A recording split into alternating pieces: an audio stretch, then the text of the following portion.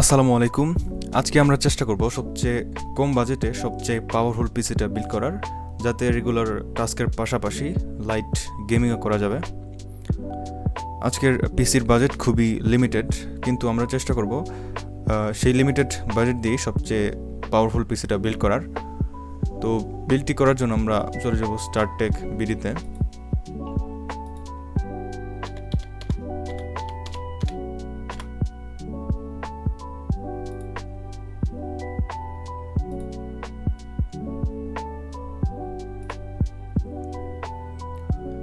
তো বিল্ডের সর্বপ্রথম component CPU হিসেবে আমরা চুজ করব Ryzen 5 3400G। এটার দাম হচ্ছে ৮৭০০ টাকা এবং এতে 4 কোর 8 থ্রেড। আমরা এটা চুজ করব। এর পরবর্তী কম্পোনেন্ট মাদারবোর্ড।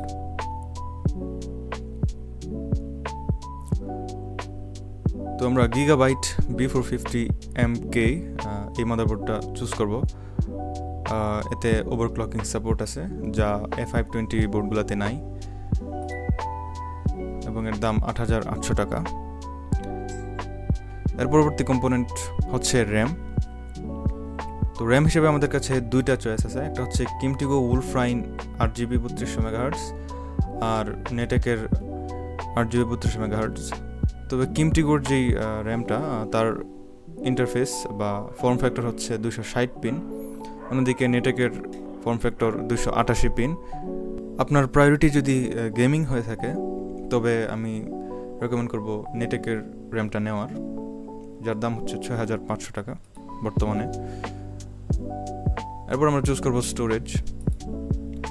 স্টোরেজের জন্য আমরা কমপক্ষে 256GB NVMe স্টোরেজ চুজ করব।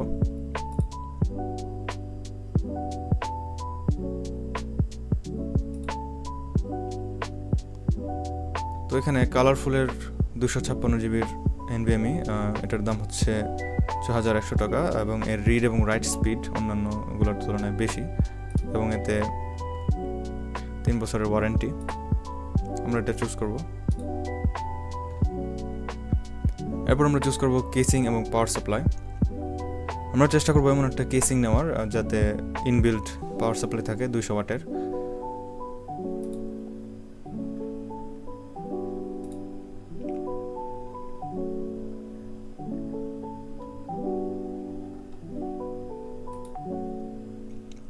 ম্যাক্স স্ক্রিনের এই কেসটাতে 200 ওয়াটের পাওয়ার সাপ্লাই ইনবিল্ট, এবং এতে 5টা 8GB ফ্যান প্রি ইনস্টলড, এবং এর দাম হচ্ছে 3800 টাকা।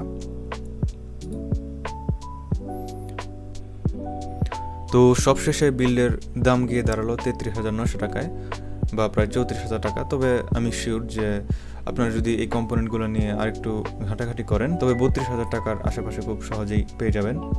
তো এই বিল্ড দিয়ে কী করা যাবে? প্রথমত, regular day to day task খুব সহজেই হ্যান্ডেল করতে পারবে। এছাড়াও লাইট গেমিং যেমন ভ্যালোরেন্ট, CS2 বা অন্যান্য যত স্পোর্টস গেমগুলো আছে, সেগুলো খুব সহজেই স্মুথলি রান করবে।